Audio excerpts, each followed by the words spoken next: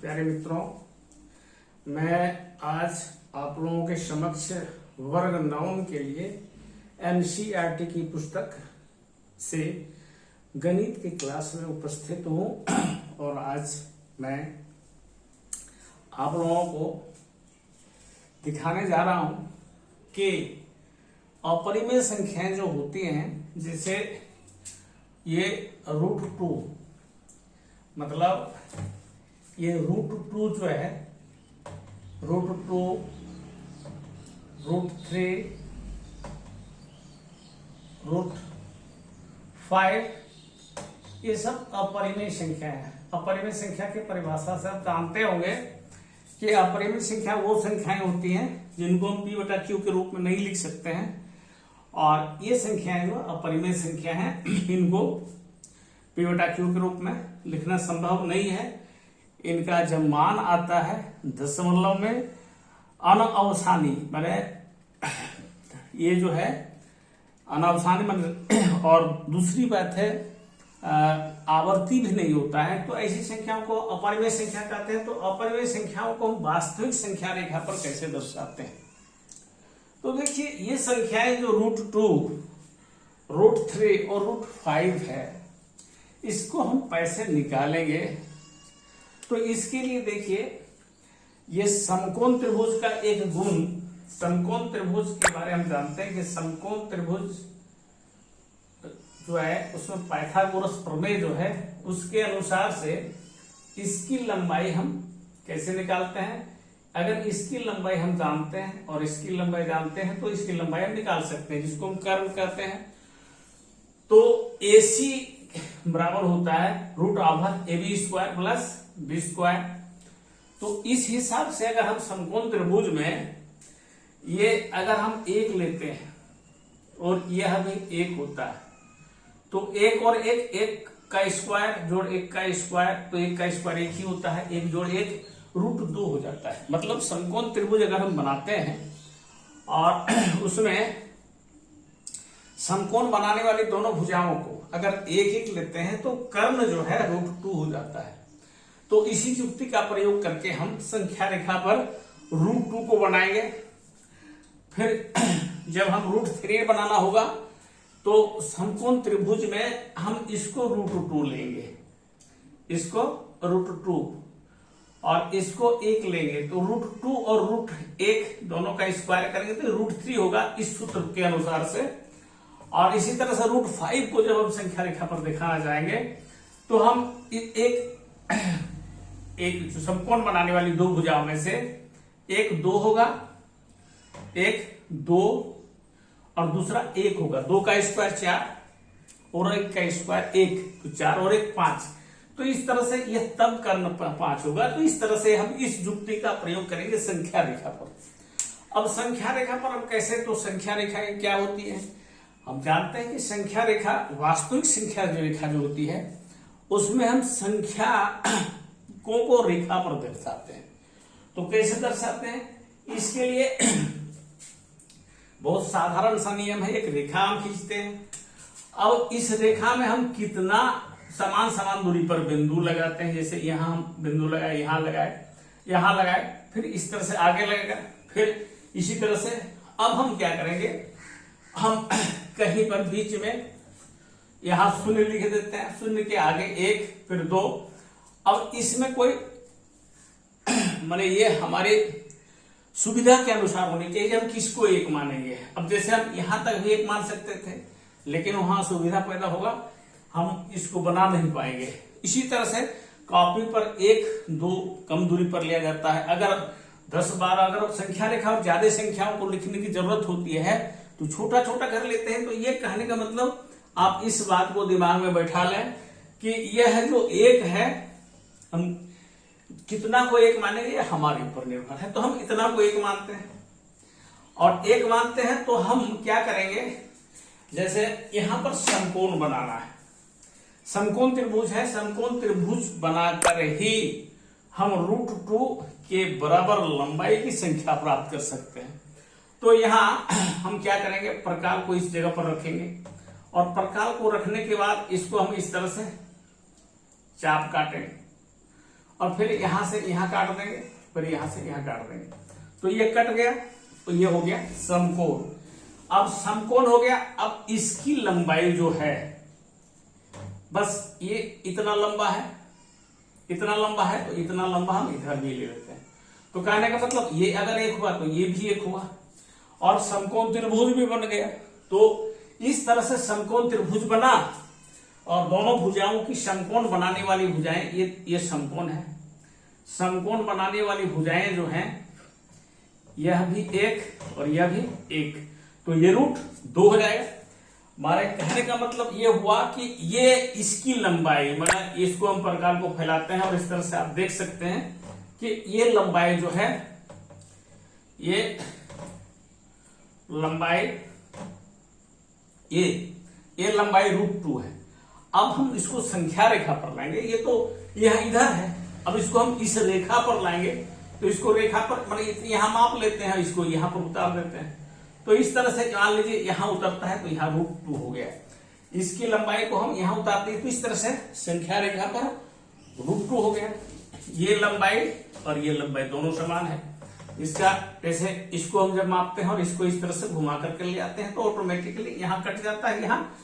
अब बात है, हम √3 को दर्शाना चाहेंगे, तो √3 को दर्शाने के लिए, √3 को अगर हम दर्शाएंगे, तो अब हम जैसे जानते हैं यहां हमारा यहां बना हुआ है, इस एक भुजा √2 होनी चाहिए, मतलब यहां से यहां तक 2 पर समकोण बनेगा।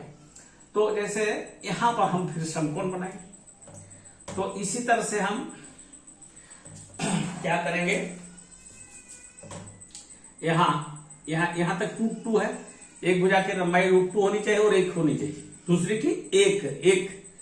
तो यहां इसी तरह से समकोण बनाएंगे। ऐसे समकोण बनाने के लिए प्रकार से चाप काटते हैं और इस तरह से ऐसे काटेंगे, फिर ऐसे कटेगा, और इस तरह से हम रेखा खींचेंगे। तो ये रेखा जो है, यह रेखा जो है, इसकी ऊंचाई ये √2 है, यहां से हम माप यहां से ले रहे हैं 0 से, तो 0 से यहां तक √2 है, और इसकी लंबाई 1 होनी चाहिए। कहने का मतलब हुआ कि ये जितना है, तो ये जितना है उतना ही, ये तो ये 1 हो गया। तो जब हम इसको मिला देंगे, तो यहां एक त्रिभुज बन रहा है, इसमें एक त्रिभुज बन रहा है, और ये समकोण त्रिभुज है। तो समकोण त्रिभुज का यह कर्ण हो गया, यह कर्ण, ये समकोण बनाए, समकोण जो नियम है उस नियम के अनुसार समकोण बनाए। इसको हम √2 लिए और इसको 1 लिए। देखिए इसकी लंबाई ज्यादा है, इसकी लंबाई कम है, तो ये क्या हो जाएगा √3, तो ये √3। तो ये √3 का मतलब हुआ कि यहां से यहां तक की लंबाई जो है √3 है, ये लंबाई √3 है। तो इस लंबाई को हम ऐसे, इस लंबाई को हम इसमें ले लेंगे, इसको मतलब प्रकार यहां बैठाकर इस तरह से इसको हम काट देंगे। तो इस तरह से इसको जब प्रकार हम फैलाकर, ऐसे प्रकार को फैलाएंगे यहां तक और यहां से इस तरह से, तो ये √3 हो गया। तो इस तरह से √2 और √3 को हम दर्शा दिए। अब इसको √5 को दर्शाना है, तो बस उसी युक्ति को हम अपनाएंगे, लेकिन इसमें क्या है, एक की लंबाई 2 होनी चाहिए, मतलब यहां से यहां तक 1 है, यहां 2 है, तो यहां समकोण बनेगा, यहां फिर उसी तरह से समकोण बनाने का जो नियम है। और अगर समकोण नहीं बनाते हैं तो हम प्रोटेक्टर से समकोण ले सकते हैं, चाहे सेट स्क्वायर में तो जो त्रिभुज आकृति होती है उसको बैठा करके भी समकोण ले सकते हैं। तो इस तरह से अब यहां समकोण हो गया इस तरह से। तो जब समकोण हो जाता है तो अब इसकी ऊंचाई हम ठीक इसी के बराबर लेते हैं, क्योंकि ये 1 है तो ये भी 1 ही होना चाहिए। यहां ये 2 है लेकिन ये 1 है, तो ये 2 और ये 1। तो इस तरह से जब हम इसको मिलाते हैं तो एक समकोण त्रिभुज बनता है। यहां से ये समकोण त्रिभुज, समकोण है, समकोण त्रिभुज मतलब जिस त्रिभुज का एक कोण समकोण होता है, तो इसमें 3 त्रिभुज बनाए। तो ये अब ये है 2, ये है 1, ये है 1, तो ये 2 और ये 1, तो ये √5 हो गया, इसकी लंबाई √5। 2 और 1 तो ये √5, मैंने यहां से तो इसको हम प्रकार से ऐसे नापते हैं और फिर इसको यहां प्रकार से ऐसे काट देते हैं, तो ये √5। इस तरह से हम अपरिमेय संख्याओं को संख्या रेखा पर दर्शा सकते हैं। दूसरा एक तरकीब है, वो थोड़ा डिफरेंट है, तो इस तरह से उसको भी हम दर्शा दिखा देते हैं। जैसे परिमेय संख्याओं को हम संख्या रेखा पर कैसे, अपरिमेय संख्याओं को वास्तविक संख्या रेखा पर हम कैसे दर्शाएंगे, तो इसमें हम क्या करते हैं, सबसे पहले एक संख्या रेखा बनाते हैं। तो संख्या रेखा जैसे ये है हमारी एक संख्या रेखा। अब हम अपनी सुविधा के अनुसार